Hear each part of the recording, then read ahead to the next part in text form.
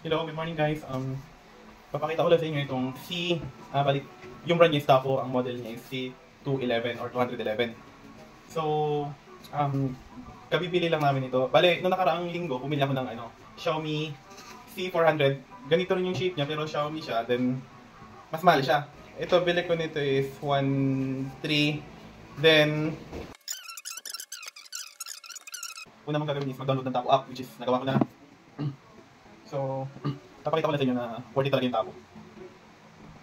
Yan. Then after ma-download yung Taco app, isaksak niyo yung power niya, then yan, din lang. Mag-blink siya ng red and green. Then i-connect mo yung phone mo, yung camera mo sa phone mo, then yun, mo siya. Next is i-connect mo yung camera sa available na wifi para magamit mo siya.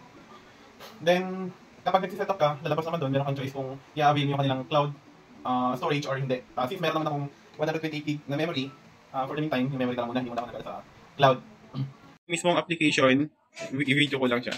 Ito yung mismong interface niya. Yan. Isa pala yung aking device. Ito siya, yung Taco C211. So, okay natin sa loob. Yan. Ayun ako. Nakita. So, balik yung niya. Yung kanyang, yung makita mo, ma-check mo. Pwede mo siyang i-full screen. Yan. Yung nga lang. Kailangan mo siyang i-gilid. Full screen. Then, itong maliit na screen. Dito. Pwede kang magsalita. Ito yung two-way audio na sinasabi niya.